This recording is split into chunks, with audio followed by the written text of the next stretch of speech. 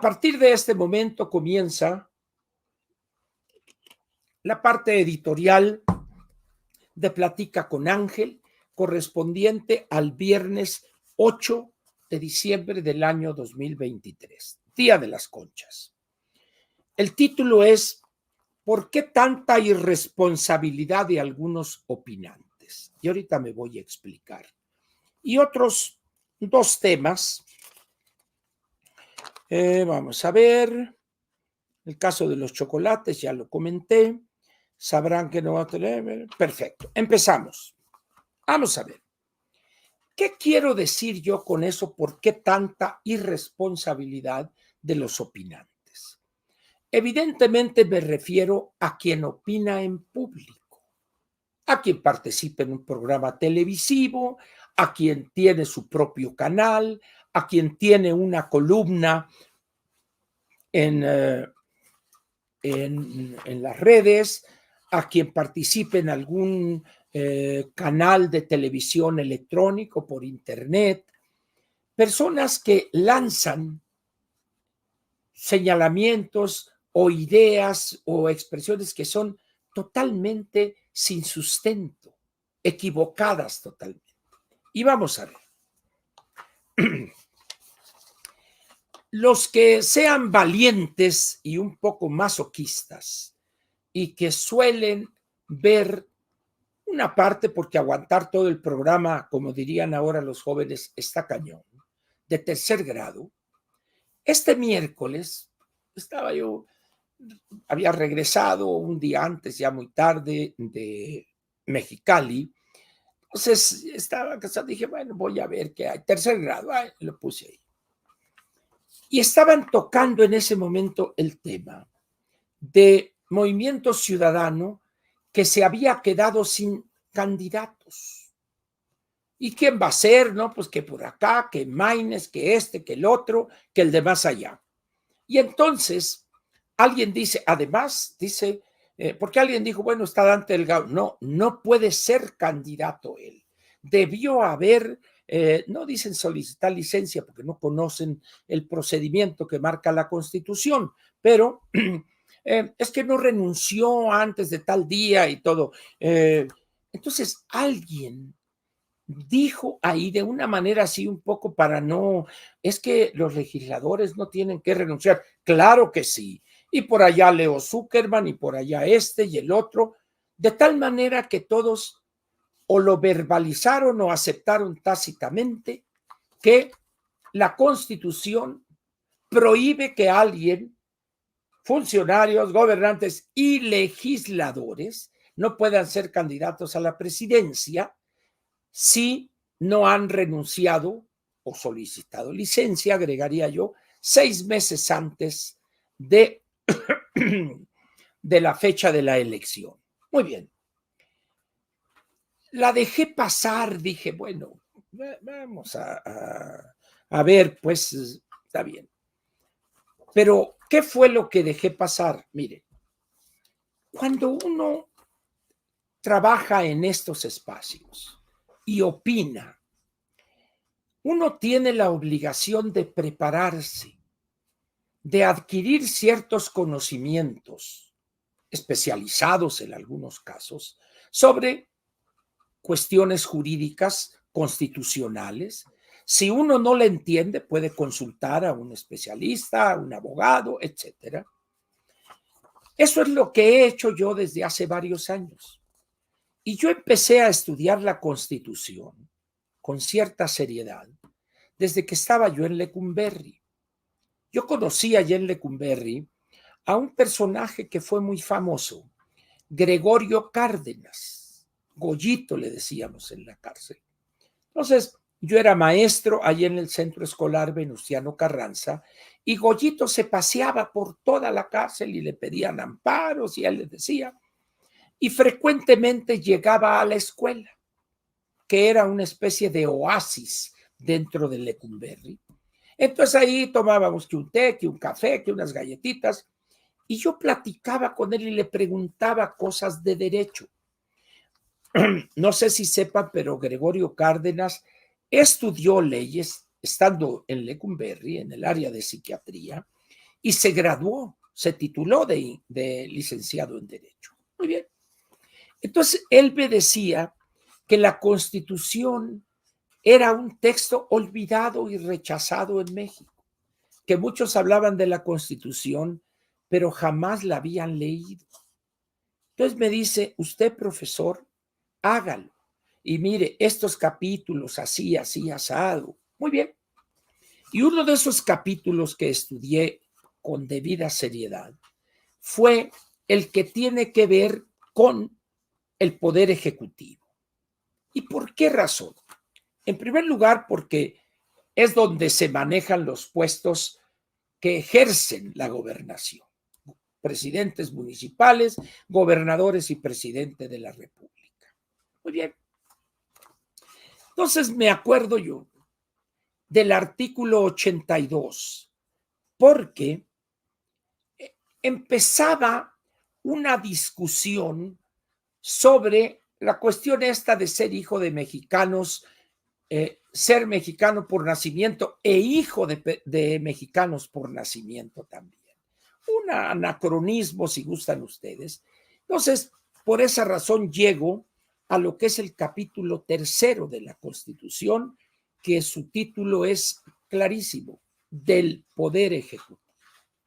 Y dice el artículo 82, que era el que se citaba, que en aquellos años tenía por objeto hablar de los churumbeles.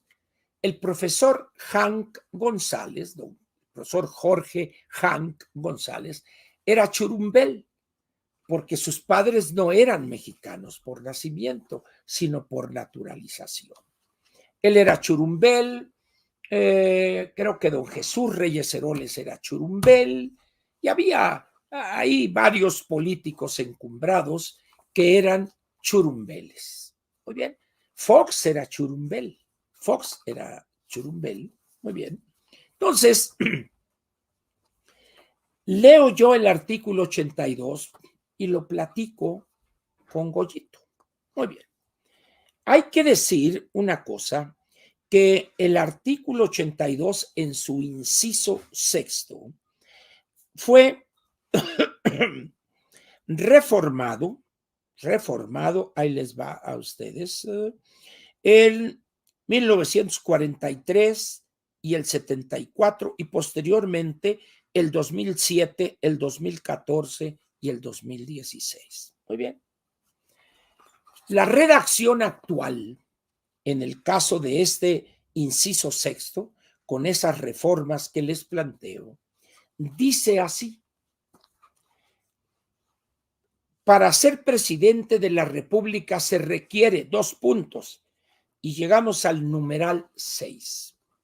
No ser secretario o subsecretario de Estado, fiscal general de la República, ni titular del Poder Ejecutivo de alguna entidad federativa, a menos que se separe de su puesto 6 meses antes del día de la elección. Muy bien. ¿Dónde dice aquí, y esto se los pregunto a los de tercer grado, dónde dice aquí que los legisladores tienen que solicitar licencia 6 meses antes de la elección? ¿Dónde dice, señores? Se los digo con todo respeto, son ustedes unos irresponsables, al no informarse de lo que establece la Constitución en esa materia. Aquí no se menciona tampoco a los presidentes municipales, es decir, un presidente municipal, porque dice, ni titular del Poder Ejecutivo de alguna entidad federativa, es decir, gobernador, a menos que se separe del puesto 6 meses antes, nada más. Pero los legisladores no tienen esa restricción, de tal manera que Dante Delgado puede ser candidato a la presidencia de la República sin necesidad, ojo, de solicitar licencia. El artículo 82, inciso sexto, no lo prohíbe. Repito, no lo prohíbe. Y la razón es relativamente simple. Se está hablando en el caso del Poder Ejecutivo. Entonces, no puede ser secretario o subsecretario que son empleados del presidente de la República, que es el Poder Ejecutivo, fiscal general de la República y aun cuando sea autónomo, es una parte del Poder Ejecutivo, ni titular del Poder Ejecutivo de alguna entidad federativa, a menos que renuncie 6 meses, se separe de su puesto, etcétera.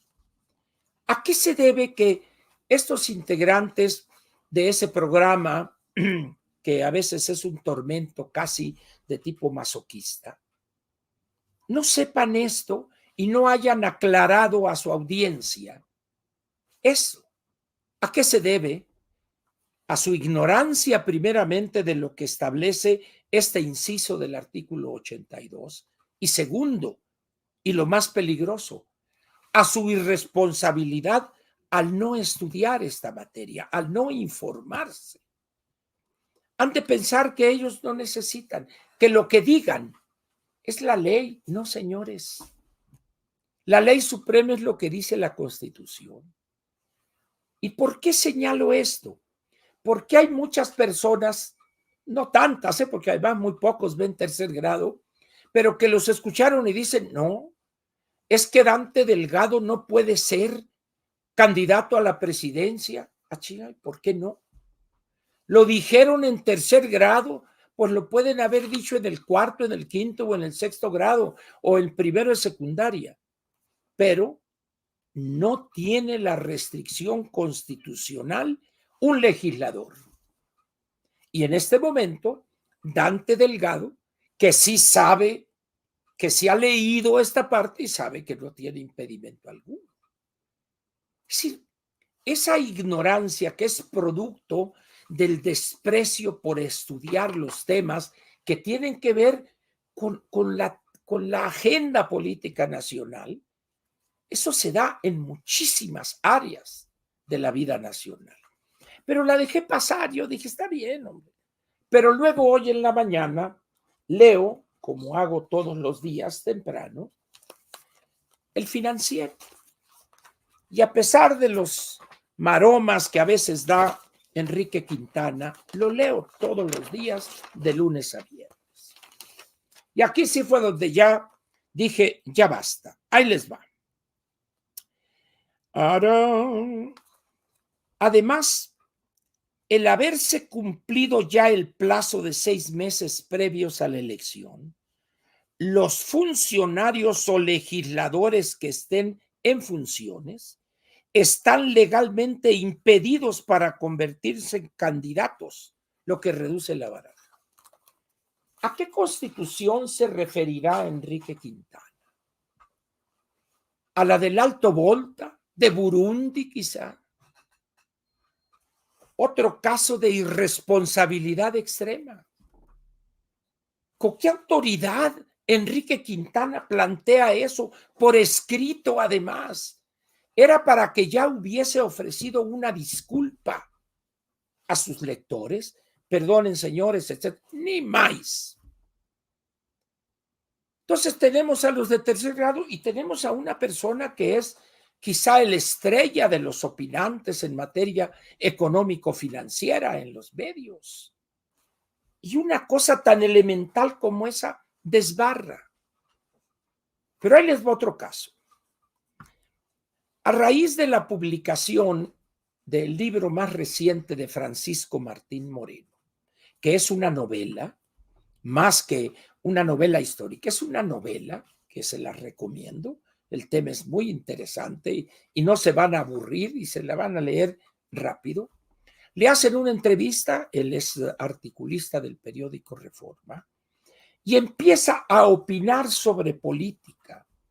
Y dijo una cantidad, con todo respeto, Francisco, perdón, una cantidad de tonterías y errores en materia del concepto de mayoría calificada, que dice uno, no puede ser. Francisco, tú eres un escritor cuidadoso. Tus obras en historia lo demuestran. ¿Por qué opinas entonces de un tema tan serio como es buscar la mayoría calificada con esa ligereza y caes en esos errores. Y no soy yo quien te va a corregir, pero tienes amigos, abogados constitucionalistas, y que ellos te expliquen los errores que cometiste en 1 o 2 párrafos, que son muchos y son inadmisibles en alguien que conoce la historia política de este país.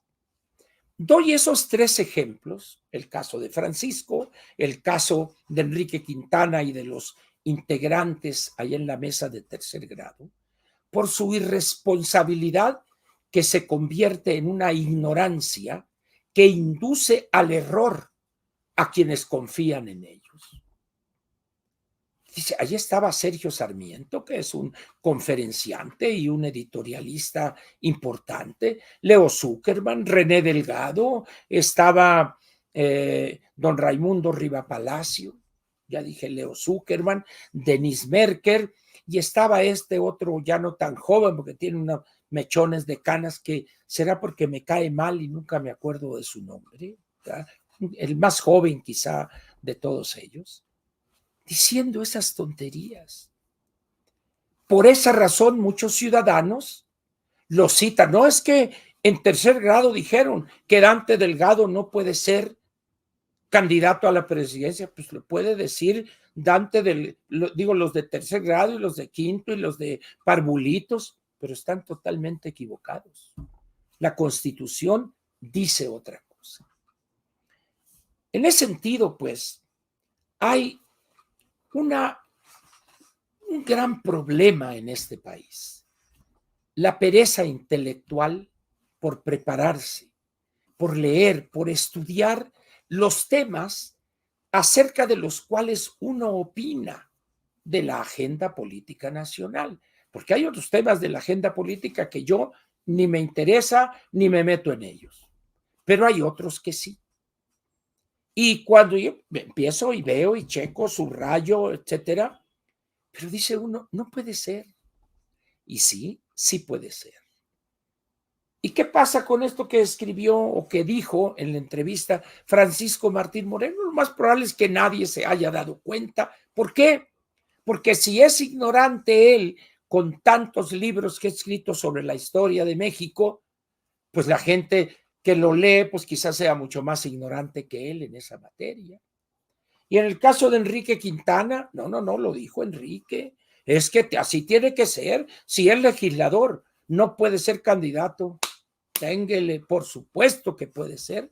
Y pregúntenle a Dante para que les dé una revolcada, verán.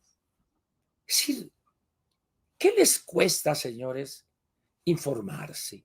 No tienen que comprar una constitución. Entren ahí y pongan diputados.gov y luego hay un librito ahí junto con otro que dice leyes federales. Pongan ahí. Y la primera que está ahí es la Constitución. Y ahí van a encontrar ustedes en la página 86 esto que les estoy diciendo aquí. Capítulo 3 del Poder Ejecutivo. Artículo 82, el párrafo 6. Señores, les suplico verdaderamente que estudien, que lean acerca de los temas de los cuales van a comentar. Pero ¿qué es lo que sucede con muchos de estos? Llegan y nomás sale el tema y René Delgado les pregunta y tú por acá y ahora. Y entonces es como si estuviéramos jugando dominó. Oye, ¿qué te parece la campaña? No, pues mira, la campaña va bien y ¡paz! Ahorcada la mula de seises. ¿Qué me preguntaste de la campaña? Así llegan, sin la preparación, sin el apunte, sin eso. Y dice uno, pero además hablan de tantas cosas que dice uno, pues se supone que deben de estar estudiando, leyendo 7, 8 horas diarias. No. Eso le causa un daño a la democracia, aunque no lo crea. Un daño a la democracia. En fin, pero ahora vayamos a otro tema. Déjenme tachar ese tema. Déjenme, aquí está mi plumón. Vamos a ver. Artículo 82. La tolerancia de los ignorantes. Muy bien. Ya hablamos de la fábrica de los chocolates y la respuesta de la ingeniera.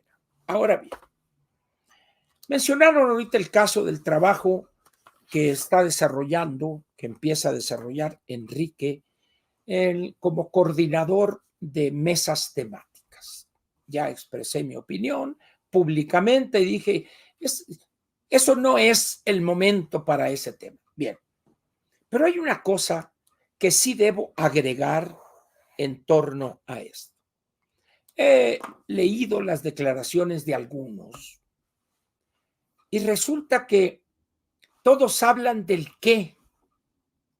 Es que queremos que la energía y que el gas natural por acá y que queremos esto, puros qués. Sin embargo, desde hace bastantes años, no basta en este país al menos hablar de qué queremos lograr.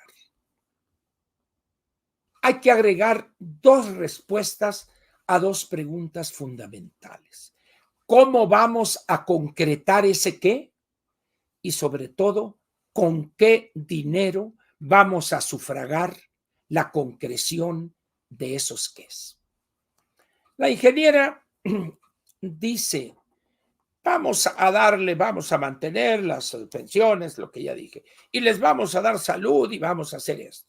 Y luego dice, quiero que México sea un país de clases medias fuertes y acá y más allá. ¿Tendrá idea de lo que está diciendo la ingeniera? ¿Sabrá cuántos son los millones de integrantes de los pueblos originarios que se debaten en la peor de las miserias y la marginación? ¿Cómo les va a llevar medicinas, servicios de salud a esos miserables? No porque sean ruines, sino por la cuestión de que viven en la miseria.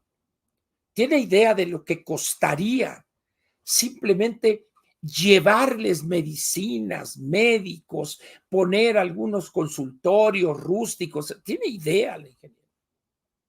Y ahí es donde entra el cómo le va a hacer para que esos, no sé, 25, 30 millones de mexicanos, que en algunos son trabajadores migrantes en el campo, otros son ejidatarios que tienen 1 hectárea, 2 y llevan una vida de miseria. ¿Cómo los va a convertir en clasemedieros? ¿Cómo? ¿Cómo le va a hacer? Entiendo lo que quiere, ¿qué? Hacerlo muy bien. Pero ¿cómo le va a hacer? ¿Cómo le va a hacer? ¿Va a crear un sistema de salud paralelo orientado a ese sector de la población? ¿Y con qué lo va a hacer? Vea usted la penuria del Seguro Social. No tienen dinero ni siquiera para recibir los millones, las decenas de millones que cuando funcionaba el Seguro Popular y que ahora no saben qué hacer. Es decir, esas ideas y que queremos hacer de México un país acá y queremos que sí, ya sé lo que quieres, carnal. Pero ahora no debes quedarte en el qué.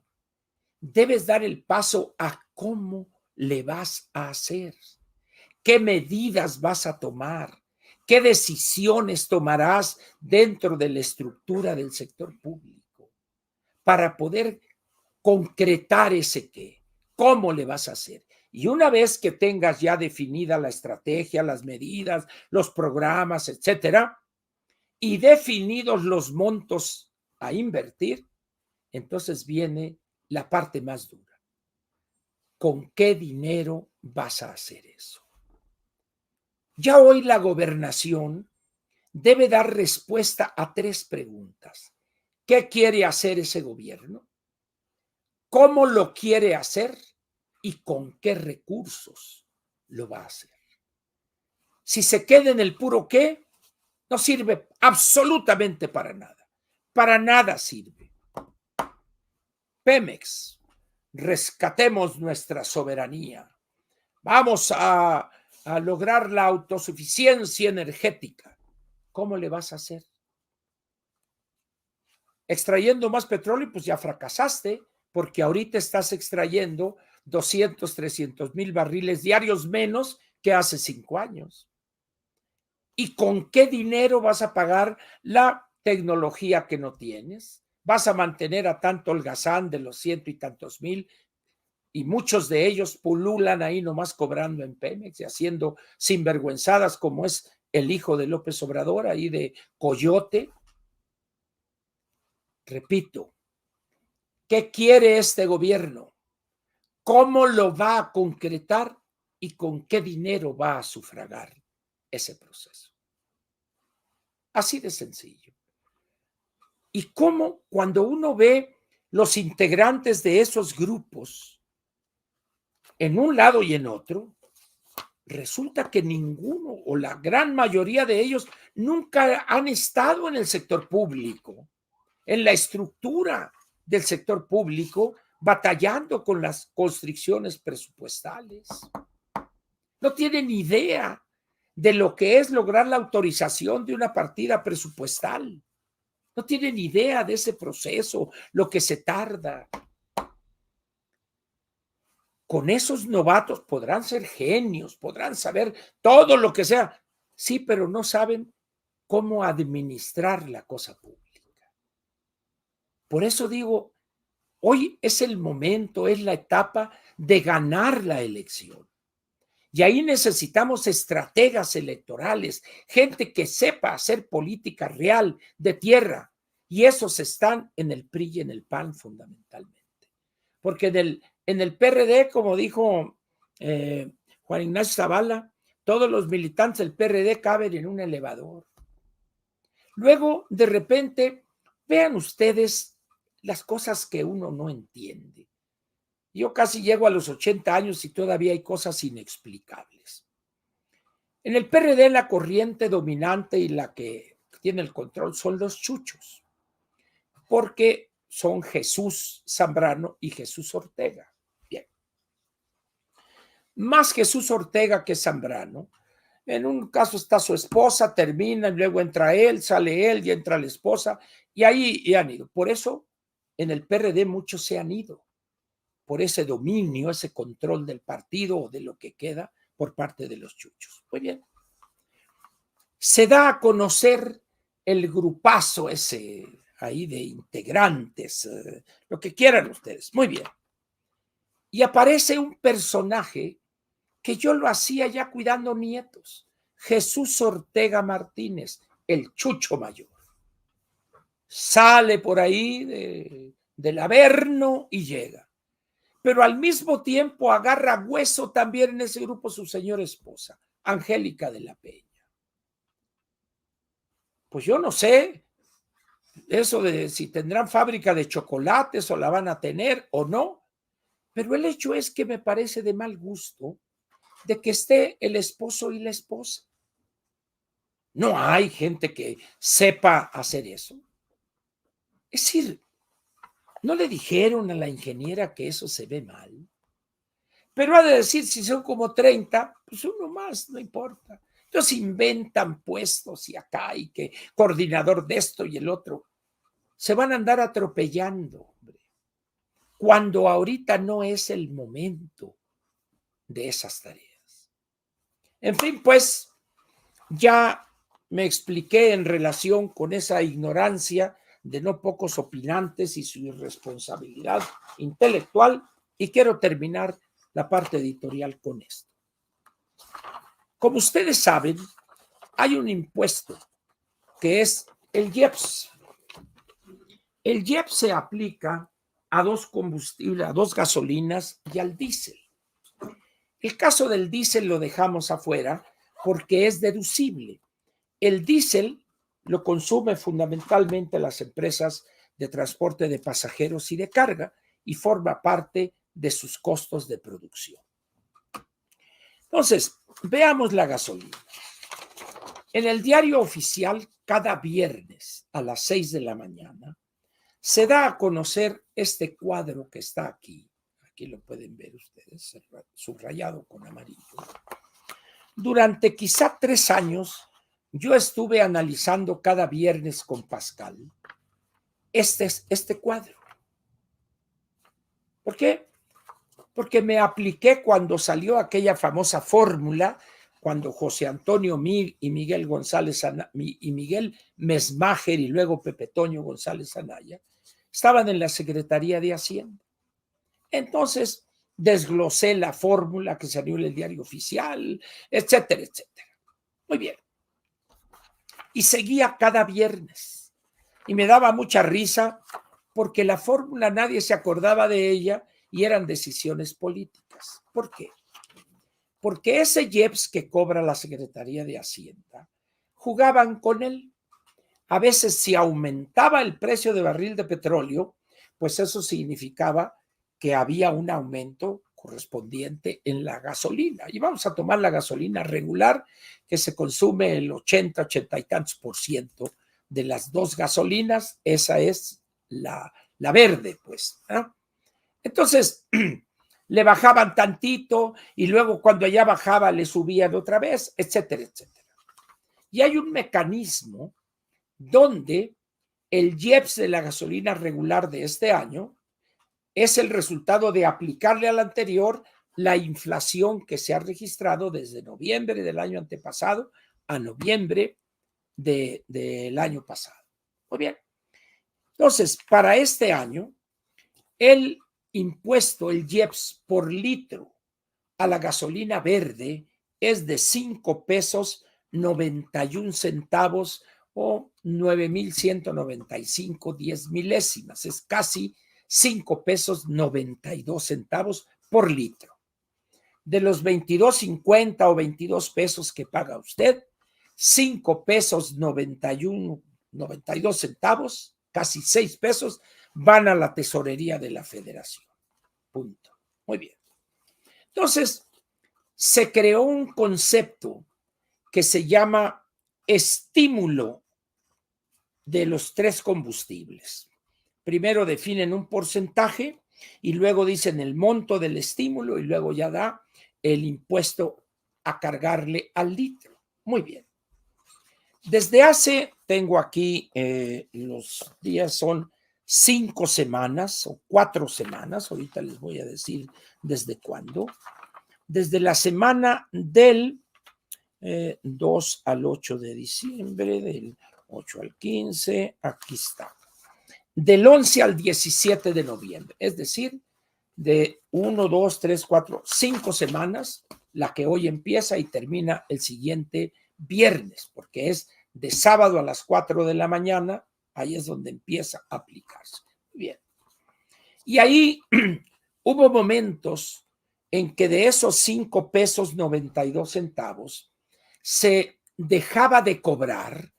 Los que ignoran esto dicen, es que era un subsidio. No es cierto, no tienen idea de lo que es un subsidio, y eso fue una discusión vieja y lo remitía a un excelente artículo del doctor Salvador Califa, donde dice perfectamente por qué no es un subsidio. Muy bien, pero eso era objeto de otra plática. Entonces, si el estímulo es el 25%, eso quiere decir que del 5 pesos 92 centavos le van a reducir ese 25% y le van a cobrar nada más el 75%, es decir, las 3/4 partes. Si es 6 pesos para redondear y le dan un estímulo del 25, le cobrarían nomás el 75% de 6 pesos, 4 pesos 50 en lugar de 6 pesos. Muy bien. Pero resulta que ante la necesidad de recursos del gobierno federal para apuntalar a Pemex, les vale que el petróleo baje y el precio al que compra la gasolina Pemex baje. Ellos siguen con el precio muy alto. Y les voy a dar a ustedes cifras interesantes. Vamos a ver. Hoy en la mañana, y tomo 2 ciudades en el estado de Texas, fronterizo con México, Houston y El Paso, Texas. ¿Por qué razón? Porque casi la totalidad de la gasolina que importamos, automotrices, provienen de las refinerías que están alrededor de la ciudad de Houston. Muy bien. Ahí les va. Hoy por la mañana, el precio promedio en Houston, el precio promedio era de $2.10 el galón. Ojo, $2.10 el galón. ¿A cuánto les gusta que está el dólar hoy? ¿Les parece 18 pesos? Multiplicamos por 18 pesos. Eso me da un total de 37 pesos 80 centavos el galón. Pero para calcular el litro, divido entre 3.785, que es el volumen de un galón, y me da que el precio que debía pagar un consumidor de gasolina regular en Houston ahorita mismo son 9 pesos 99 centavos. Muy bien. Pero aquí pagamos 22 pesos. Ahí les va a ustedes. Ahí les va. Entonces, 9.98 es aquel precio y aquí pagamos 22 pesos. Nada más es un 120% más. Un 120% más pagamos aquí en el área metropolitana con respecto a un cliente, un consumidor que llega a una gasolinería en Houston y hace ese consumo. Dice uno, oye, ¿qué está pasando? Nada. Simplemente que ese precio no es precio. Es el instrumento para quitarle a usted más dinero porque el gobierno no quiere reconocer que está gastando de más. Pero ahora le doy El Paso, Texas. El Paso, Texas, el precio promedio hoy, alrededor de las 3 de la tarde, era de $2.45. ¿Y por qué la diferencia? Por la distancia que hay que transportar esa gasolina. Muy bien. 2.45. 2.45 lo multiplico por los mismos 22 pesos. Y eso me da 53.90. Eso lo divido entre 3. Me equivoqué aquí, perdón, es que tengo los dedos de chango aquí. Decía primero $2.45, lo multiplico por 22 pesos. Muy bien. Esto son 53.90. Aquí el precio es 22 pesos. Por ciento de cambio, 59%. Vamos a hacerlo otra vez. No quiero quedarle mal a usted. Perdón. No quiero quedarle mal a usted. Permítanme ustedes. Ahí les va.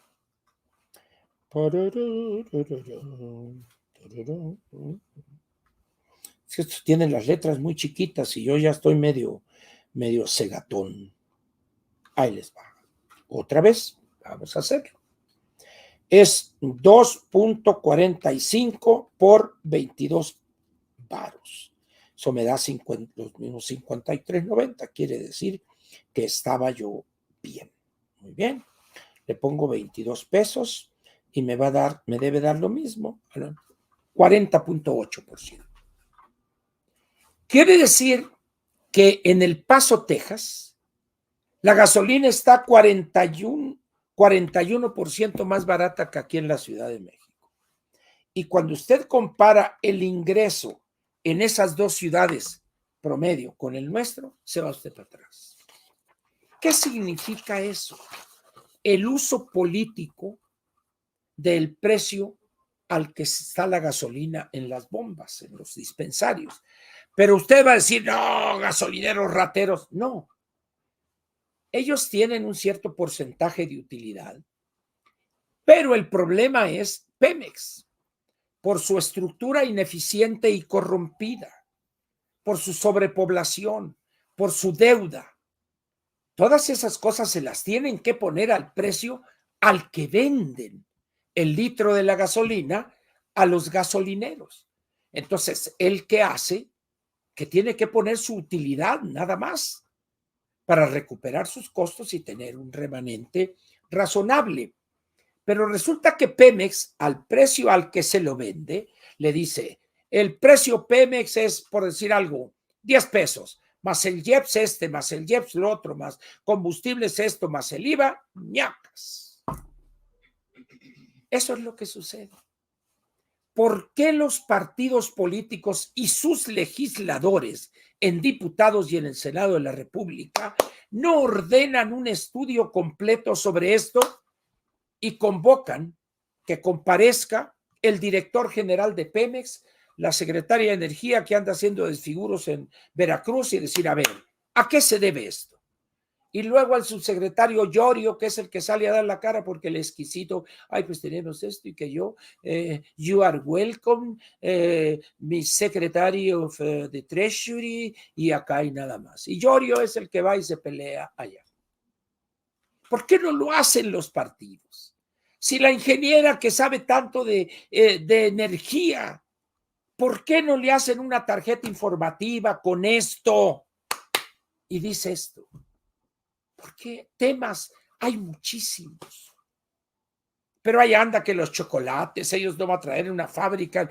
¿A quién le importan sus hijos y los chocolates marca Rocío?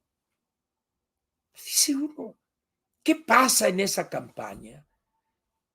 Pues que no hay estrategas electorales, que no hay gente que sepa, que no analice bien el estado de ánimo del elector, ¿verdad? Y que se le den elementos. Pregúntenle a la anticientífica, ¿por qué yo debo pagar 120% más el precio de la gasolina que un residente en Houston? Pregúntenle. Como diría Derbez, pregúntame. Órale. Eso sí sería importante. A ver, señora anticientífica, aquí están los números. Estos son los porcentajes que marca la ley en materia de IEPS, federal, estatal y esto, y aquí está, y punto, y vámonos, paz. Y ñacas. Eso sería hacer estrategia electoral. Exhibir a quien está defendiendo a un gobierno de rateros, de incapaces e ignorantes, y muchos de ellos locos. Temas hay. Lo que no hay es quien le entienda a la cuestión político-electoral. ¿De qué me sirve que tengan por allá una luminaria en materia de energía que fue no sé qué? ¿De qué me sirve ella? De nada. Nunca ha estado en una campaña. No conoce la vida de un partido. Nunca ha analizado el comportamiento en las secciones electorales, etcétera, etcétera, etcétera. En este momento termina la sección editorial de Platica con Ángel.